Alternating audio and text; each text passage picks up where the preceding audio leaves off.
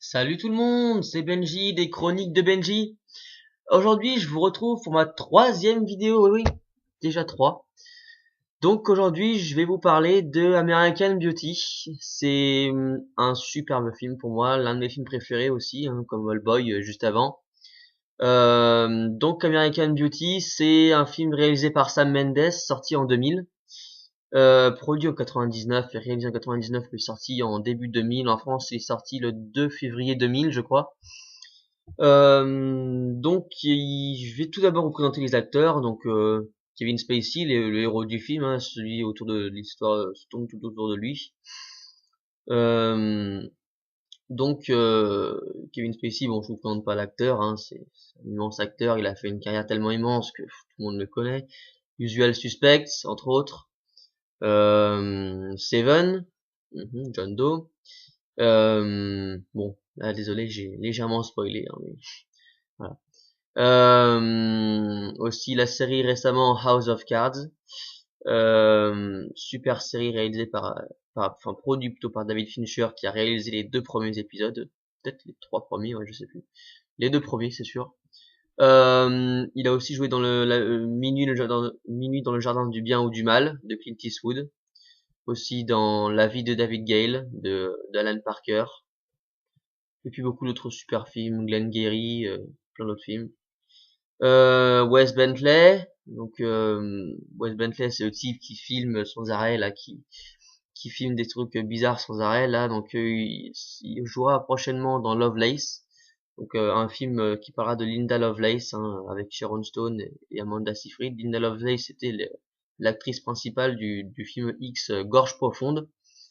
Donc ce film se tournera autour de la carrière et de la popularité de Linda Lovelace. Mena Suvari, l'une des héroïnes de la saga American Pie, les quatre originaux bien sûr. Euh, Chris Cooper, l'un des personnages principaux des deux premiers Jason Bourne, La mémoire dans la peau et La mort dans la peau. Allison Janney, l'héroïne, pas l'héroïne, l'une des actrices de La couleur des sentiments, un film réalisé par Tate Taylor il y a 2 ans là, avec Emma Stone, donc un film sur la ségrégation et la discrimination entre les blancs et les noirs. Juno, un film sur la grossesse.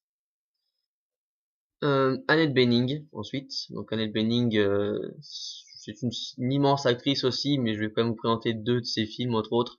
Open Range, réalisé par Kevin Costner, hein, c'est l'un des meilleurs westerns qu'on ait vu ces derniers temps, avec Kevin Costner et Robert Duvall, entre autres. Mother and Child, avec justement Annette Bening, on retrouve aussi Sam Jackson, et puis d'autres actrices, très bon film. Ensuite, il y a aussi Tora Birch. Tora Birch, l'héroïne, la fille de Kevin Spacey et Annette Bening dans le film, qu'on retrouve dans un teen movie qui s'appelle Ghost World, très intéressant. Et aussi d'une comédie fantastique qui s'appelle Hocus Pocus. Voilà. Donc ce film qui a remporté quand même l'Oscar du meilleur film, du meilleur scénario original, meilleur réalisateur, meilleur acteur et meilleure photographie. Il a aussi remporté le Golden Globe du meilleur film dramatique, meilleur scénario et meilleur troisième, je sais plus, meilleur quelque chose. Et 5 BAFTA, meilleur acteur pour Kevin Spacey, meilleure actrice pour Annette Bening, meilleure photographie, meilleur montage et meilleur film, hein. Vous savez que le meilleur film est remis au producteur et non au réalisateur.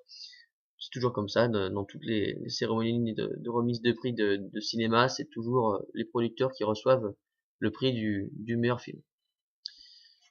Donc le film parle d'en fait de Kevin Spacey, hein, qui est un type qui en fait c'est le narrateur en fait du soir. Le film est narré par Kevin Spacey qui va nous raconter en fait ses quelques dernières semaines à vivre, hein. Il nous dit déjà dès le début qu'il va mourir, qui sait qu'il va mourir en fait. C'est un peu comme s'il nous racontait l'histoire depuis l'au-delà. Et euh, et donc il nous raconte tout ce qu'il va vivre ces dernières semaines, comment il va se révolter, quel était son petit train-train quotidien avec sa femme avant, et puis il va se révolter petit à petit. Et justement, c'est la scène que je vais vous montrer par la suite, hein. À partir de cette scène-là, tout le film commence, et là, l'intrigue commence vraiment, quoi. Voilà. L'intrigue du film démarre, et là, ça commence à devenir vraiment intéressant et vraiment génial, jouissif comme film. Les plans sont magnifiques, hein, tout le cadrage est magnifique, les décors sont incroyables. Franchement, la scène où Mela Souvari est et dans les feuilles rouges là, et juste, enfin dans les pétales de rose, pardon, pétales de rose dans la baignoire est magnifique, une beauté à couper le souffle. Et voilà, il y a tellement de scènes cultes que je peux pas tous vous les montrer, je vous en montre qu'une seule. Voilà, je vous laisse la découvrir. Gros, pourquoi tu n'annonces pas la grande nouvelle à ta fille? Jane, aujourd'hui, j'ai donné ma démission.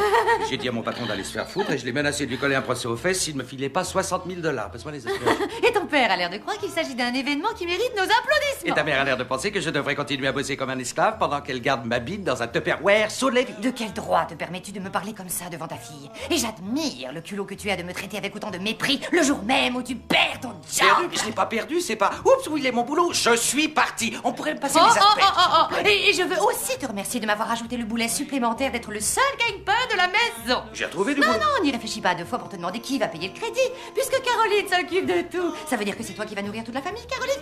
Oui, ça ne me gêne pas, je vais tout prendre en charge. Tout, vraiment tout. Tu vas devoir tout assumer financièrement. Ton mari fait sa crise de nerfs, il envoie tout promener. Du coup, S'il tu te vous plaît, retrouves on seule pourrait à me donner ta ce famille. putain de plat d'asperges. Génial, moi je veux pas être témoin de ça. Ah si!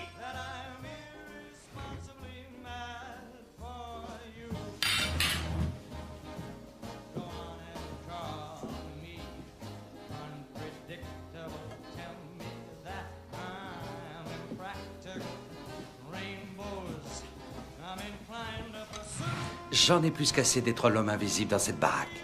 Vous deux, vous faites tout ce que vous voulez quand vous en avez envie et je ne me plains jamais. Tout ce que je demande, c'est Tu ne d'avoir te un plains peu- jamais. Ah, je t'en prie, excuse-moi. Non, mais c'est sûrement moi qui suis complètement dingue. On ne t'entend jamais, mais t'arrêtes pas de te plaindre. Tu râles du matin au soir, tu te plains jamais, toi. Ça, c'est la meilleure de l'année. J'en hurle de rire, je vais m'étouffer.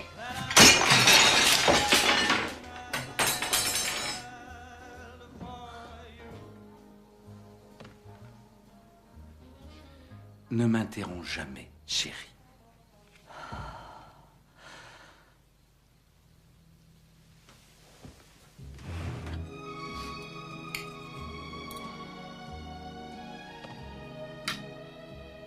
Et autre chose. À partir de maintenant, c'est chacun son tour de choisir la musique parce que franchement, et je ne suis pas seul dans ce cas, j'en ai marre de tes chansons pour Club du Troisième Âge.